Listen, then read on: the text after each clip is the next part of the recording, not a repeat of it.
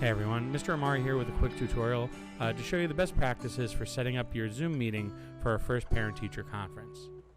First, we want to get to the NYC DOE Zoom landing page.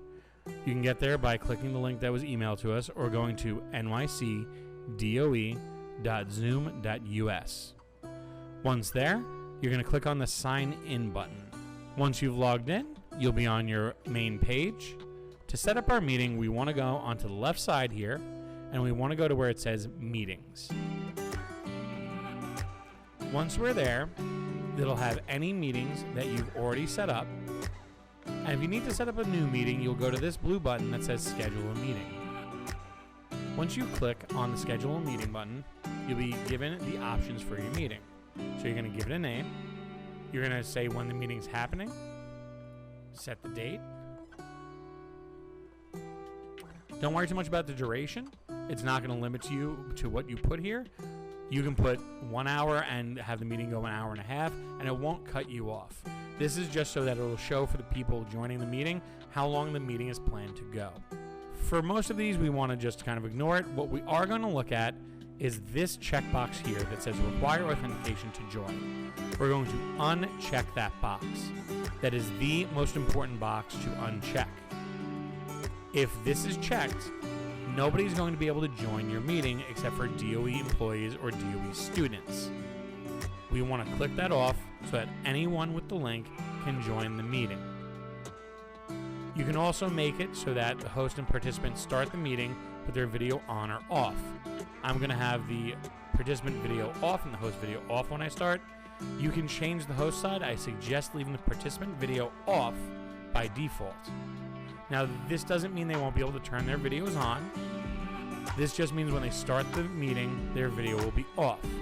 I'll show you in a minute how to make sure they cannot turn their videos on. So we're then going to go down to Save. This then creates our meeting. We just have to share this link. We're going to send it to Miss Perry, and that's the link that'll be used for people to join your meeting. As you're just logging in a bit before the parents will get on, just so that you have the opportunity to set a few security features to make sure you have as much control over the meeting as humanly possible. The first step everyone should take is going down on the bottom here and finding the security button. This security button, when you click it, will give you a lot of options to make your meeting more secure. The section we want to focus on is the Allow All Participants section. You'll see that we have a lot of things checked off and one thing not checked. We want to make it so that participants cannot do most of these things. So right now, the participants cannot share their screen because there's no check mark next to it. We have it so that the parents can chat. That means the text chat. We do want that. That's how they're going to be able to communicate with us and be able to ask us questions. We do not want parents to be able to unmute themselves. We can go ahead and unclick that, and now they cannot unmute themselves. Same thing for Start Video. Same thing for Share Whiteboards. Same thing with Collaborate with Zoom apps. And same thing with setting meeting timers. Basically, we want to make it so that our parents who are participating in the meeting can only use the text chat. So we can interact with them through the text chat while we're doing our presentation. This will allow them to ask questions. Now, as far as sharing your presentations with your parents, as a quick reminder, we have the Share button here on the bottom of the screen. This Share Screen button, when you click it, will give you a lot of options as to what you can share depending on what's open on your screen. I suggest having your PowerPoint presentation or Google Slides presentation, if you're using that, already open on your computer. Do not just share your screen. This will share the entirety of your screen, and every single window you have open will show. Really, we only want to show the parents our presentation. It's just less distracting that way. In order to do that, underneath the screen option, you have any window that you have open on your computer available here. Just look for the one that has the title of the PowerPoint or Google Slides presentation you're looking to share.